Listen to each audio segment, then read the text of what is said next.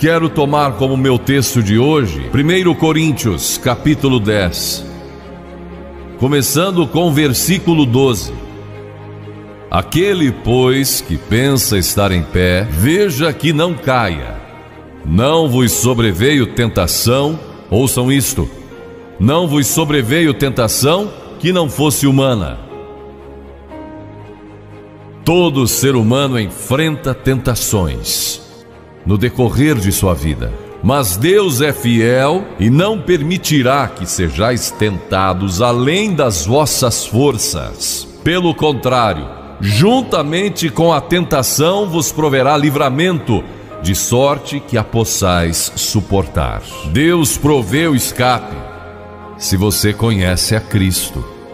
Bom, aqueles dois filmes tiveram um tremendo impacto sobre o mundo. De 1982, foi Carruagens de Fogo, a história de Eric Liddell, um jovem que disse não a si mesmo e sim a Cristo.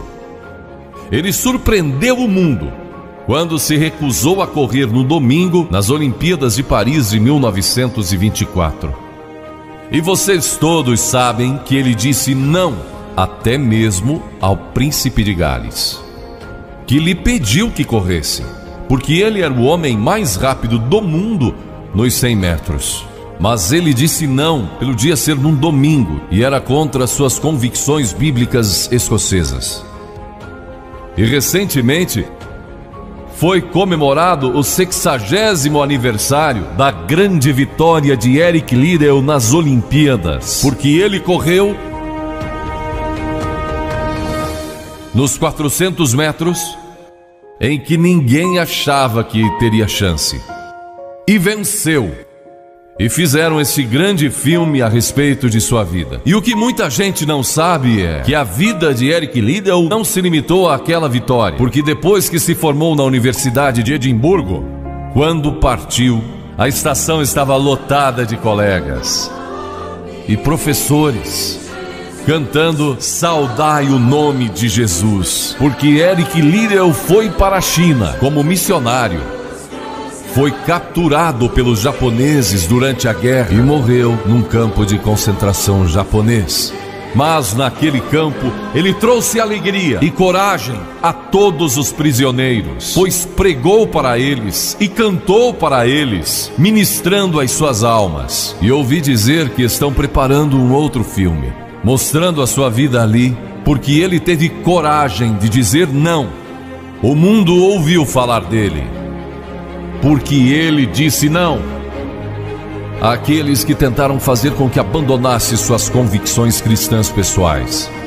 E eu penso em William Booth, há pouco mais de 100 anos atrás, que fundou o Exército da Salvação. Ele se converteu, tornou-se um vigário, pastor, e foi para as favelas de Londres, para as zonas da luz vermelha. Pregou entre a gente pobre, formou um pequeno grupo chamado Banda Aleluia, e ia às esquinas, e ia também às prisões. E alguns dos líderes religiosos da época não gostaram daquilo. E assim ele foi chamado diante de uma conferência de líderes religiosos e disseram: William Booth, você vai pregar onde nós o mandarmos, senão será excomungado. Ali estava ele diante daquela vasta assembleia de pastores. Que poderia dizer Catherine Booth, que se tornou tão famosa quanto ele, sua esposa, que estava na galeria, e abanou o seu lenço gritando: William, diga não! E William obedeceu sua esposa e disse não. E assim nasceu o Exército da Salvação.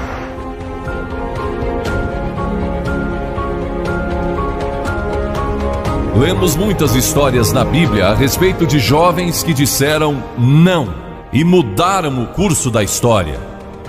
A primeira que quero mencionar, talvez nunca tenham ouvido falar. Seu nome foi Vasti e foi rainha da Pérsia, a esposa de Assuero, que reinou desde a Índia até a Etiópia. Pense em todo o petróleo que ele tinha e provavelmente nem sabia. Um dos monarcas mais ricos que já viveu. E ele deu uma grande festa que durou muitos dias. No fim, provavelmente já bêbado, ele ordenou que sua esposa Vasti viesse e ali dançasse para todos os seus convidados. E ela assombrou aquele grupo de líderes mundiais. Ao se recusar, ela disse: não, eu não vou expor o meu corpo para esses homens. Ele mandou outra mensagem, ameaçando que ela deixaria de ser rainha e perderia seus confortos e bens materiais e toda a sua fama. Mas a sua resposta foi a mesma: não. E ela mudou a história, porque foi deposta como rainha. Nada mais sabemos. Mas por causa dela, Esther se tornou rainha e o povo judeu foi salvo. E até o dia de hoje, o povo judeu celebra um grande feriado, porque uma mulher disse não e abriu a porta para a salvação do povo judeu, porque havia um homem como Hitler, e era o primeiro-ministro do país, decidido a destruir e aniquilar os judeus. Agora, a Bíblia tem muito a dizer a respeito de sensualidade, lascívia e depravação. A palavra lascívia significa tendência de incitar desejos sensuais. Sensualidade significa o apelo proposital aos sentidos físicos para a satisfação pessoal. Talvez lendo um livro pornográfico ou assistindo um filme impróprio. A Bíblia diz que devemos nos abster das paixões carnais, da sensualidade, que fazem guerra contra a alma. Elas estão em guerra contra a sua alma e o seu espírito. E a Bíblia diz que devemos nos abster delas, ficar longe delas. E então a Bíblia usa outra palavra, réprobo. Agora isso se refere a pessoas totalmente depravadas, de consciências mortas ou cauterizadas. Não sabem mais corar, perderam a capacidade de discernir entre o bem e o mal. E em Romanos 1:28 lemos: e por haverem desprezado o conhecimento de Deus, o próprio Deus os entregou a uma disposição mental reprovada para praticarem coisas inconvenientes. Ou seja, Deus desistiu deles dizendo: vão em frente. Gozem toda a depravação e a sensualidade que quiserem, não vou perturbá-los. Ainda não. Mas saibam que os seus pecados o acharão e prestarão contas no dia do juízo. E Paulo, escrevendo ao jovem Timóteo, disse: também estes resistem à verdade, homens de todo corrompidos, réprobos quanto à fé. Em outras palavras, rejeitaram a Cristo por tanto tempo que suas consciências se cauterizaram e seus corações se endureceram. E mesmo que o Espírito de Deus lhes fale, eles não podem ouvir. É por isso que é importante que você aceite a Cristo quando jovem. É importante que venha a Cristo agora. Se o Espírito de Deus está falando com você, entregue a sua vida a Cristo, porque o dia pode chegar em que a sua consciência esteja morta e você não possa mais ouvir a voz de Deus. Ela disse não, mas Vasti, você vai perder o trono, vai perder suas riquezas, pode até perder sua vida. Ela disse: minha resposta é não. Qual é a sua resposta hoje àquelas coisas que são erradas? A mentira, a lascívia, a cobiça, ao preconceito racial. Qual vai ser? Você vai disciplinar seu corpo? Vai permanecer firme às convicções que Cristo e a Bíblia ensinam? Ou vai ceder e seguir pelo caminho largo que leva à destruição? Ou vai entrar pela porta estreita e pelo caminho apertado que conduz à vida eterna? Qual vai escolher? Você tem uma escolha hoje. Deus nunca vai forçá-lo a escolher. E então houve um outro jovem, um jovem chamado Daniel. E a Bíblia diz que Daniel resolveu em seu coração que não se contaminaria com as finas iguarias do rei, nem com o vinho que ele bebia. Agora Daniel era um jovem que tinha um propósito. Ele havia sido capturado em Jerusalém. Quando o exército de Nabucodonosor invadiu a cidade, ele foi capturado e levado através de milhares e milhares de quilômetros à Babilônia, a quase 3.000 quilômetros de sua própria terra.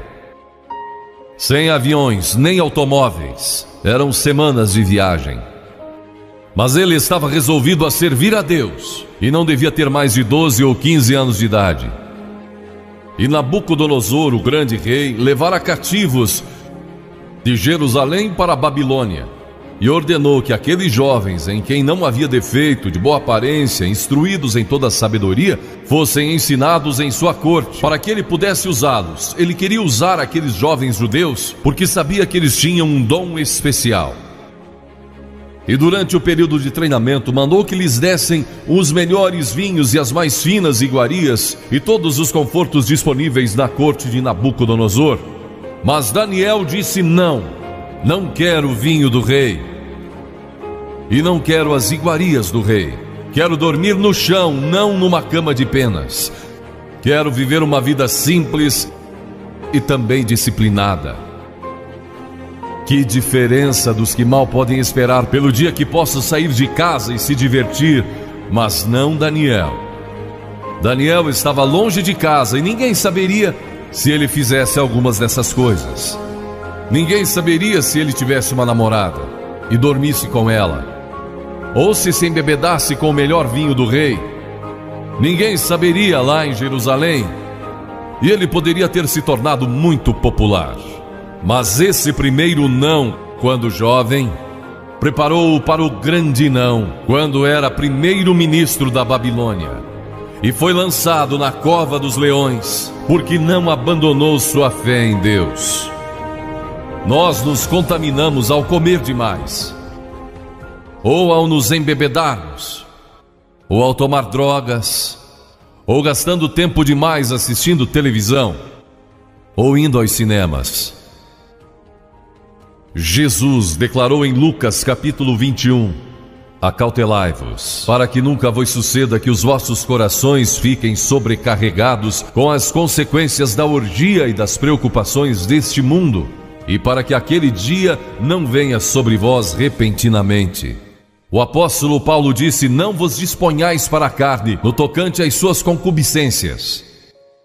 E Pedro disse: porque basta o tempo decorrido para terdes executado a vontade dos gentios, tendo andado em dissoluções, concupiscências e em detestáveis idolatrias. A Bíblia diz que devemos disciplinar nossas mentes e também nossos corpos, e disciplinar nosso coração pela nossa fé em Cristo. E então houve um outro jovem chamado José, que foi vendido para o Egito pelos seus irmãos e se tornou escravo de um homem chamado Potifar. E Potifar tinha uma linda esposa, e José era forte e bonito. E em Gênesis, no capítulo 39, se quiserem ler a história, lemos a respeito da tentação de José. A esposa de Potifar se apaixonou por José, porque José se tornou mordomo de toda a casa de Potifar, cuidando dos seus negócios, e ela viu aquele belo jovem, viril e de boa aparência, andando pela casa e pelo jardim, cuidando dos negócios todos os dias, e ela o cobiçou. E disse: deita-te comigo. Ele disse: não. E acrescentou: não posso fazer isso ao meu senhor, que me confiou tudo o que tem, exceto sua esposa. Não posso pecar contra Deus, o Deus dos meus pais. Ele estava longe de casa, quem saberia?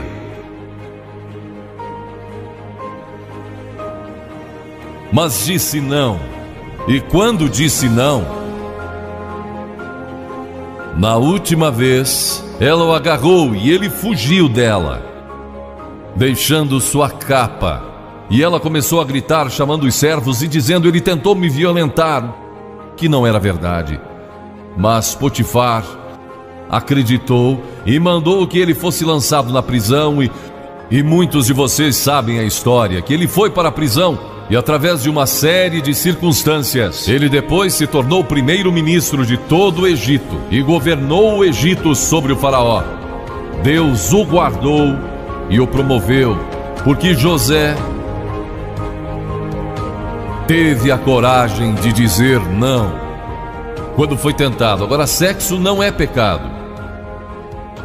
O sexo nos foi dado por Deus para a propagação da raça humana e para o nosso prazer, dentro de certos limites que Deus estabeleceu para o matrimônio. As características de um cristão são autocontrole, autodisciplina, e Paulo, escrevendo a Timóteo, disse: conserva-te a ti mesmo puro. Mas como você pode se conservar puro num mundo como este? Como pode se manter puro olhando para as bancas de jornais ou assistindo alguns filmes? Como pode se manter puro com as tentações que enfrenta todo dia? Não pode,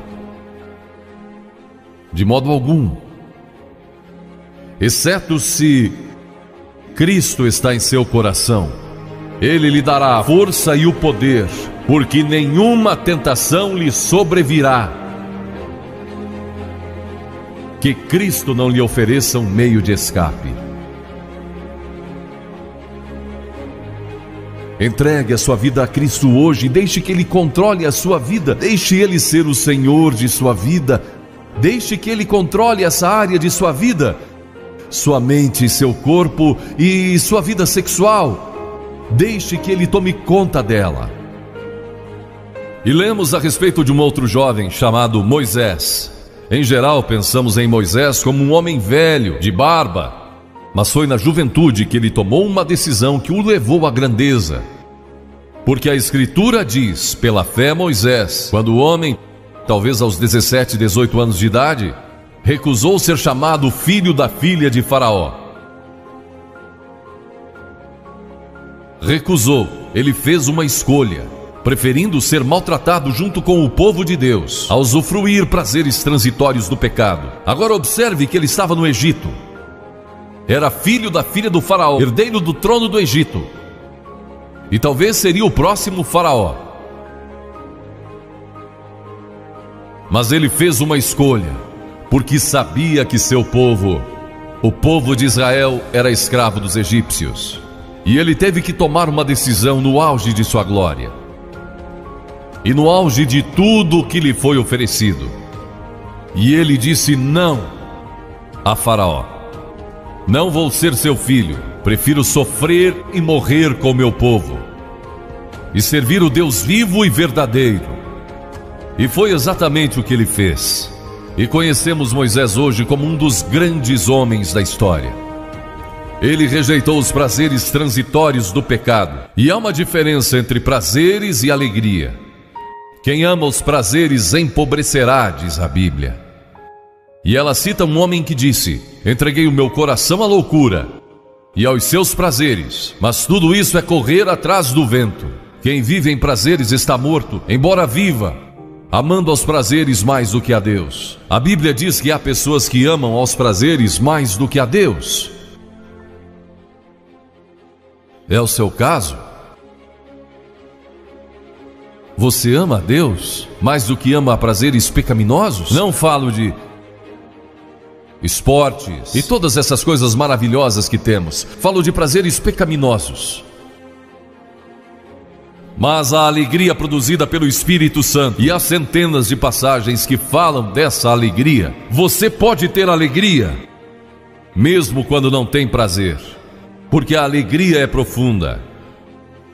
O anjo disse aos pastores naquela grande noite: não temais, pois vos trago boa nova de grande alegria, que o será para todo o povo. E mesmo no sofrimento, quando você recebe a Cristo, Deus não remove o sofrimento. Ele não remove todos os problemas e as dificuldades da vida. Ele não faz isso. Ele não promete, se você está desempregado, conseguir um emprego amanhã se você aceitar a Cristo hoje à noite.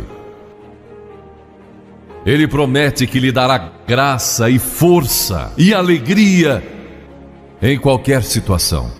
Bem-aventurados sois quando os homens vos odiarem e quando vos expulsarem da sua companhia, vos injuriarem e rejeitarem o vosso nome como indigno, por causa do Filho do Homem. Regozijai-vos naquele dia e exultai.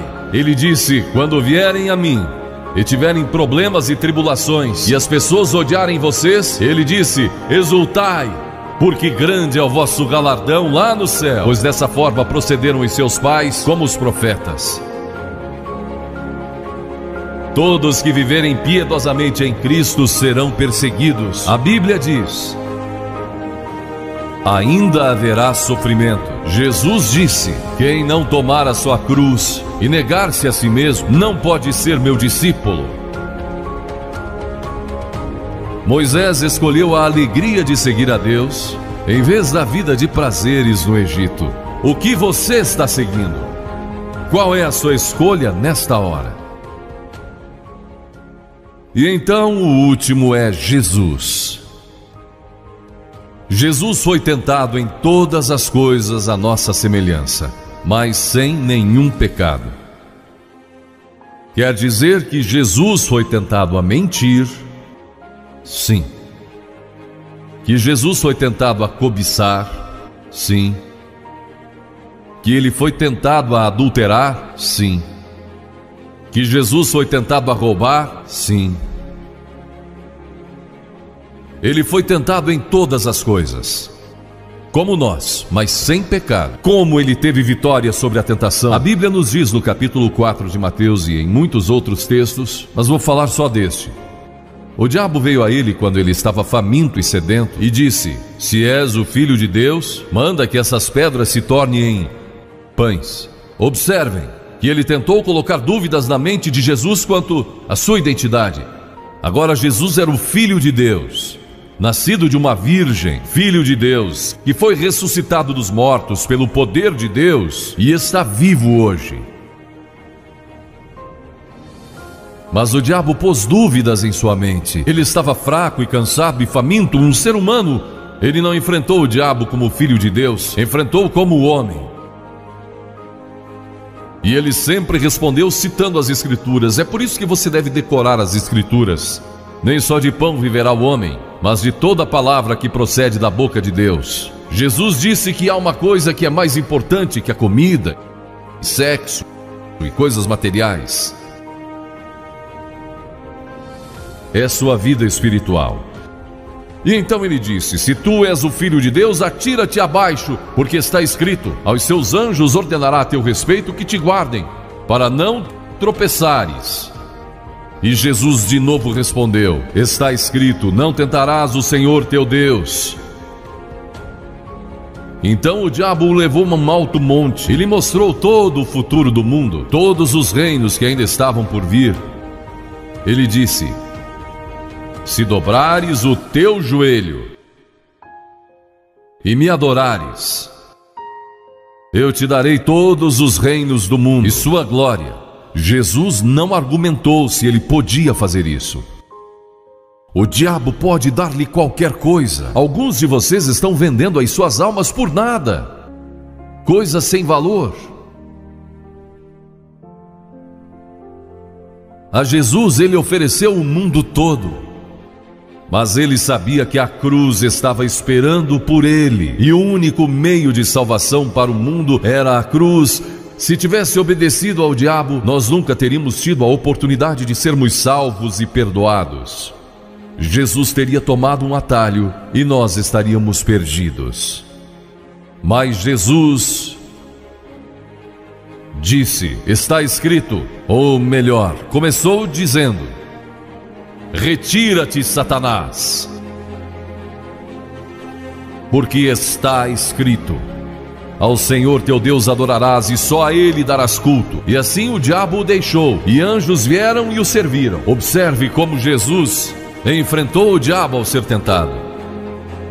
Primeiro, ele citou as Escrituras. Segundo, ele estava cheio do Espírito Santo. E terceiro, estava na vontade de Deus. Você está disposto a dizer não às tentações do diabo? Está? Pense nisso. E está disposto a dizer sim às declarações de Cristo, de que Ele é Filho de Deus? e quer que Ele entre em seu coração e perdoe seus pecados, salvando? Eu sei que muitos de vocês foram batizados e confirmados. A maioria de vocês talvez sejam membros de uma igreja, ou se identificam com uma igreja, ou talvez vão a uma igreja 2 ou 3 vezes ao ano. Não sei se faz isso ou não, mas sei que muitos o fazem. Mas não podem declarar aqui hoje: eu sei que meus pecados foram perdoados, eu sei que vou para o céu. Deus está disposto a perdoar todo o seu passado hoje por causa da cruz. Deus está disposto a dizer: eu perdoo você, porque Ele ama você. E Deus se interessa por você como se você fosse a única pessoa em todo o mundo. E você pode recebê-lo nesta noite. Você diz: o que preciso fazer? Primeiro, deve estar pronto a se arrepender dos seus pecados. O primeiro sermão de Jesus foi sobre arrependimento. E a palavra arrependimento significa mudança, mudar suas ideias, mudar seu estilo de vida. Deixar que Cristo entre e o ajude a mudar. Está pronto a fazer isso? Não pode mudar por si mesmo. Mas Ele o ajudará a mudar. Não que você será perfeito. Significa que vai dar à sua vida uma nova direção. E Ele estará com você para ajudá-lo. À medida que você anda dia a dia com Cristo, você vai falhar e vai errar. Não vai ser perfeito. Mas Cristo estará com você. Se estiver pronto a se arrepender, diga a Deus nesta hora: eu pequei e me arrependo, e estou pronto a mudar. E então a segunda coisa é que você o recebe pela fé. Cliff disse há pouco que você não pode racionalizar a salvação. Há certas coisas que podemos compreender, mas muitas delas você não pode entender. Tem que vir como uma criança, dizendo: não posso entender tudo, mas eu te recebo em meu coração hoje pela fé. Pela fé que somos salvos, pela fé e não por obras, para que ninguém se glorie. Pela graça que somos salvos. E então a terceira coisa: você está pronto a sair daqui hoje dizendo: vou segui-lo e servi-lo o melhor que me for possível. Sabe, em nossa reunião em Bristol, há algumas semanas atrás, estava ali um jovem de 17 anos. Ele tinha ido à autoescola aquela tarde e pediu que seu instrutor o deixasse em um dos portões do estádio. E entre aquela multidão, ele encontrou sua família, que tinha sido convidada para a cruzada. E no encerramento, ele e sua irmã fizeram o que vou pedir que vocês façam hoje. Vieram à frente e ficaram diante da plataforma, indicando que estavam entregando suas vidas a Cristo. Uma semana depois, esse rapaz de 17 anos morreu num acidente num túnel que desmoronou. Talvez até vocês tenham lido nos jornais. Ele disse sim a Cristo, nunca imaginando que em poucos dias ele estaria indo ao céu. E nós o veremos lá outra vez. Você sabe para onde iria se isso acontecesse com você? Certifique-se antes de sair daqui. Vou pedir que saia dos seus lugares agora. Centenas de vocês, talvez milhares até. E venham e fiquem aqui na frente. Calmamente e irreverentemente dizendo ao ouvir: eu me arrependo dos meus pecados. Quero receber a Cristo em meu coração. Quero saber que fui perdoado e que um dia vou para o céu. Quero esta nova vida. Você diz: mas Billy, por que você pede que venhamos publicamente? Por que em público? Porque toda pessoa que Jesus chamou no Novo Testamento, chamou em público. Ele disse: se não estiver disposto a me confessar diante dos homens, tampouco eu o confessarei diante do meu Pai que está nos céus. Jesus morreu publicamente por você, despido, sangrando, diante de toda aquela multidão. Por você. Certamente você pode vir à frente hoje, declarar sua entrega a Cristo. Não somente os jovens, talvez você tenha 70, 80 anos e Deus falou com você hoje. Levante-se e venha. Vamos esperar por você. Você que está assistindo pela internet no século 21, no Brasil ou em outras partes do mundo, também pode tomar uma decisão por Cristo agora. Entregue a sua vida a Cristo hoje. Tome a decisão que estas pessoas estão tomando, estas centenas de pessoas. Vimos mais de 3.000 pessoas todas as noites. Que Deus o ajude a tomar essa decisão hoje. E procure uma igreja mais próxima.